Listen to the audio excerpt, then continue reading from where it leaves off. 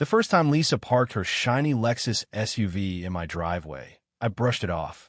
Maybe she misread her GPS, I thought, or got confused in the dark. She'd only moved into our quiet cul-de-sac 2 weeks earlier, and already she strutted around like she owned the whole neighborhood, tossing snide comments about unmowed lawns and unapproved mailboxes. But at midnight, when her tires screeched and her headlights sliced through my bedroom curtains like a scene from a thriller, I knew this wasn't a mistake. She stepped out in a monogrammed silk robe and fuzzy slippers, blonde ponytail swinging, and marched to her house without a glance at mine. My car was trapped behind hers, and she didn't care. The next morning, I left a polite note on her windshield. "Hey, neighbor, please don't park in my driveway again." Smiley face. The smiley face was a lie. I was fuming. By evening, that note was taped to my front door with a new message in Sharpie. "Wasn't blocking you. Don't be dramatic, tongue sticking out." That's when I realized Lisa wasn't just clueless, she was trouble. Her own driveway sat empty, yet she chose mine like it was her personal parking lot. I tried talking to her at the HOA mailbox cluster, where neighbors swap gossip and passive-aggressive glares. She was there, sipping a kale smoothie, scolding Mr. Jenkins about his grass length. When I mentioned the parking, her face twisted into fake concern. "Oh, saw that saw was your driveway? I thought you didn't use it since your car is always in the garage." Then, with a smirk, she pulled out the HOA handbook like it was a holy relic. Technically, driveways are common property. Section 14B.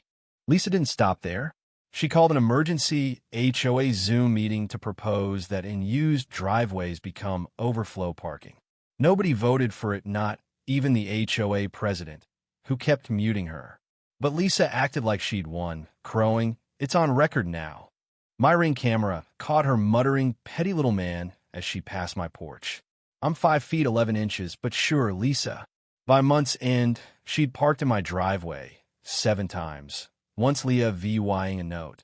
"Try waking up earlier," smiley face. The HOA called it a neighborly dispute and suggested conflict counseling. Counseling? Like I was the one who needed help. I stayed calm mostly. I put up a private property, no parking sign on a steel post in my yard. Lisa threw a brunch and took selfies with it, captioning them, "Some people can't take a joke." I wasn't laughing. I studied city ordinances, measured my property line, and ordered cinder blocks from Home Depot. Not to use, yet just to have. Meanwhile, Lisa's antics escalated. She left her trash bins on my curb, watered my lawn because it looked dry, and tried signing for my packages. She posted on Nextdoor, "Some of us are more responsible than others." Half the neighborhood thought she was shaking up the HOA's stuffy rules. The other half called her Concrete Lisa behind her back. The breaking point came one Friday. Her Lexus, now sporting a tacky HOA Queen decal, blocked me in again. I was late for a job interview YEW. I texted her, and she replied with a shrugging gif. That was it. No more Mr. Nice Guy. My driveway wasn't just pavement, it was a battleground. That night, I mapped out my plan with chalk lines, checked zoning laws, and confirmed that a temporary structure under 36 inches didn't need permits. At 6:03 a.m., I built a 3-foot cinder block wall along my driveway's edge, Leah VYing just enough room for my car. I slapped on a laminated sign, "Pending landscape work. Do not move materials." It was subtle, legal, and screamed, "Back off, Lisa."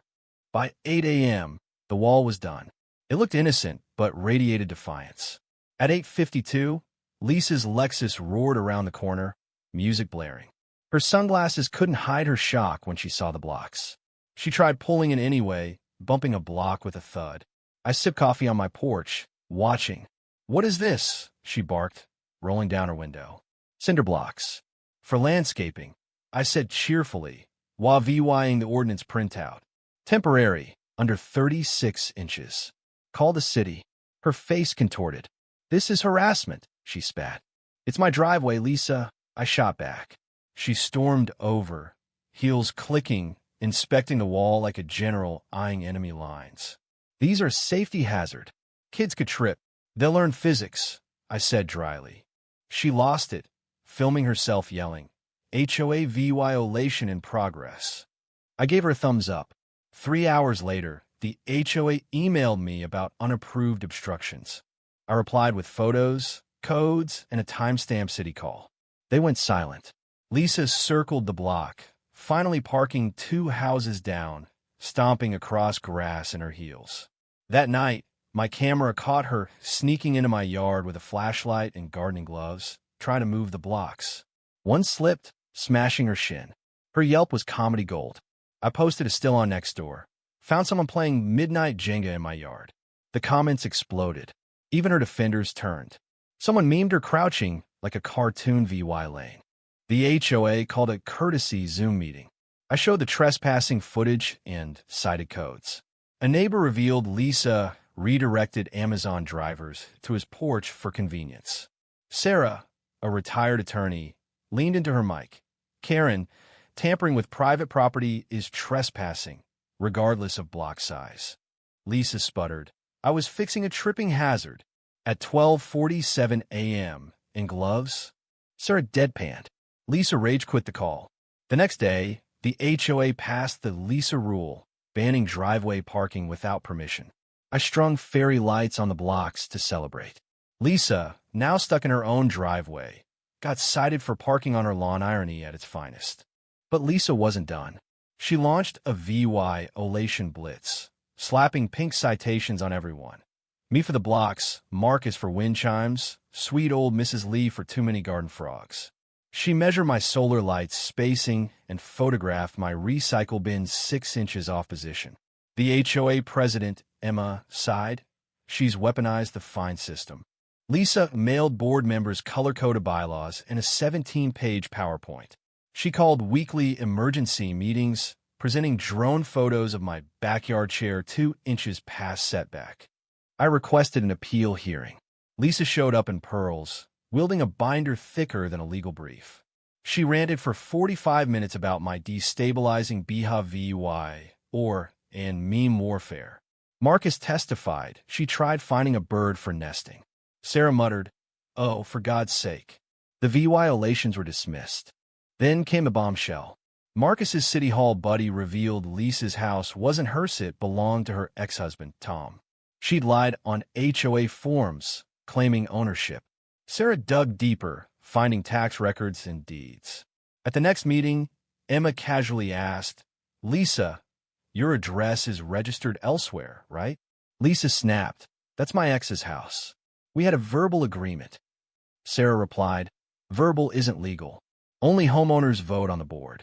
Lisa's latte hit the floor. You lied under penalty of perjury, Emma said. The board voted to report her fraud. Tom, tipped off, flew in and EVY-ted her. The woman who fined my 2 orange marigolds was now stuffing her rulebooks into an Uber. Lisa tried suing every name, Emma, Sarah, Marcus, even Tom. Her 43-page small claims complaint, stapled sideways, called my blocks malicious architecture. The judge dismissed it, saying, you're suing over parking habits? Lisa hissed, it's about suburban integrity. Sarah countered, it's about consequences. Lisa's next-door rants about HOA corruption got mocked. She hired a PI to check my grass growth, yes, really. Her blog, Suburban Sovereignty, got 5 VYUs. Her YouTube channel flopped, remixed into the Lisa Cinderblock anthem. Teens at her new apartment, Tranquility Village, tagged her as the Lisa Unplugged.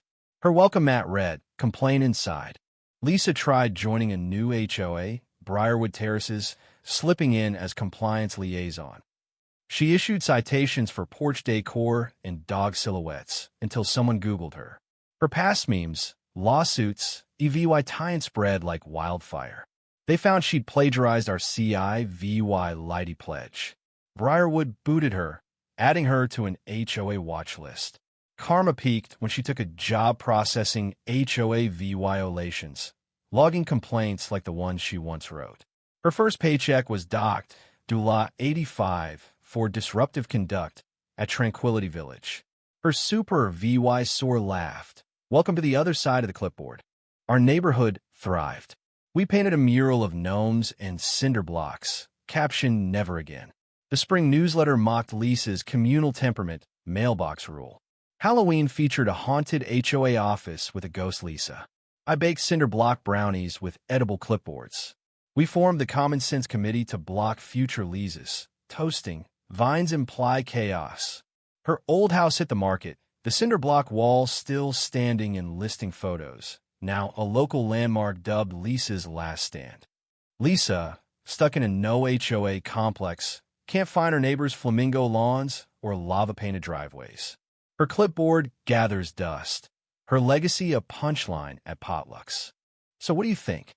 Was I too harsh with the cinder blocks? Or did Lisa deserve every brick? Should HOAs have more power to stop neighbors like her? Or are they Piroto-controlling? Drop your thoughts below. Hit that like button if you're Team Cinder Block, and subscribe for more neighborhood drama. Who's the Lisa in Sawyer Saw cul-de-sac?